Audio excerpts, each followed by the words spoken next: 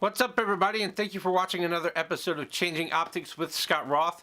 Today is Sunday for Sunday School, and today I want to sit back and talk about how whether or not cropping can affect the quality of your photos.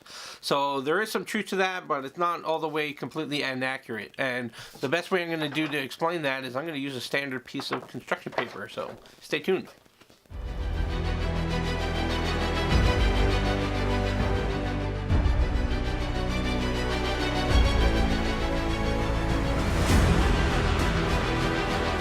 So the reason we're going to sit back and I'm going to use this material piece of construction paper is that when you crop down the photo, you'll notice that if you crop it down, you're not going to change the quality of the photo at all. It's still the same material, same thickness, same quality.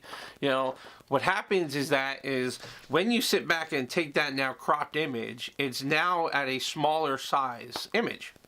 So where you lose the quality is when you want to backtrack and print larger again. So let's say you cut this construction paper down to a 4x6. So it's currently 8x10. So let's say you cut it down to a 4x6 size, right?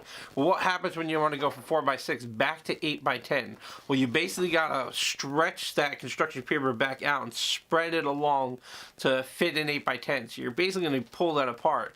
And in digital photography, that's basically what's going to make the image look pixelated, because you're basically taking the pixels and you're spreading them apart, right? So it's whenever you're going from smaller and trying to go back to bigger is where you lose the quality.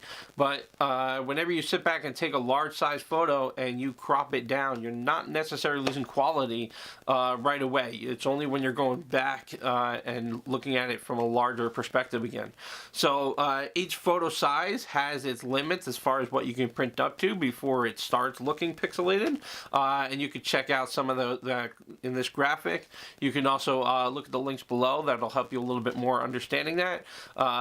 Anyway, so that's just a good way to look at it from a visual standpoint of what's going on when you crop an image and how it can or may not lose quality. So if you take a large size photo with a lot of megapixels and you crop it down, you can still print pretty large files, still large sizes, without losing much quality there. It's only when you start printing beyond that, and most printers, most labs will sit back and let you know when the photo is not going to look as well printed that large size. But if you're just printing 4x6, or if you're viewing photos online, things like that, you can, for the most part, crop your photos away and not really lose any quality.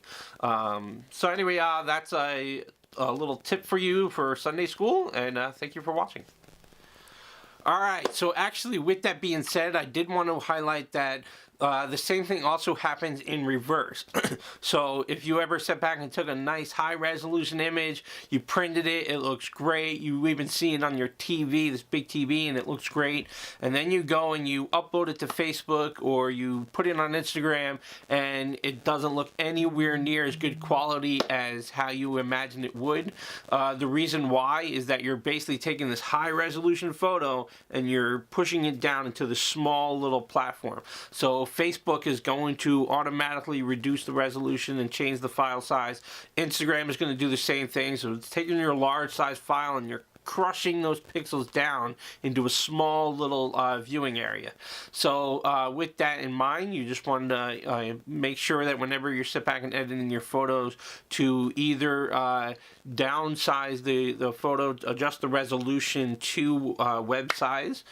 You can do that for Instagram. I believe it's your safest bet is 2048 pixels on the longest edge, and that should get you on most social media platforms, having it look good quality. Instagram is best either 4x5. It does allow landscape, but it's typically designed for that square crop. So anyway, that's something to keep in mind whenever you want to sit back and take your photos and have them viewed online. You got to make sure to edit them in the proper resolution before uploading them, because when you upload them as these large files, Facebook or Instagram, social media is they're going to take that large files and cram it down, and it's going to change the quality of your image and make it not look as good.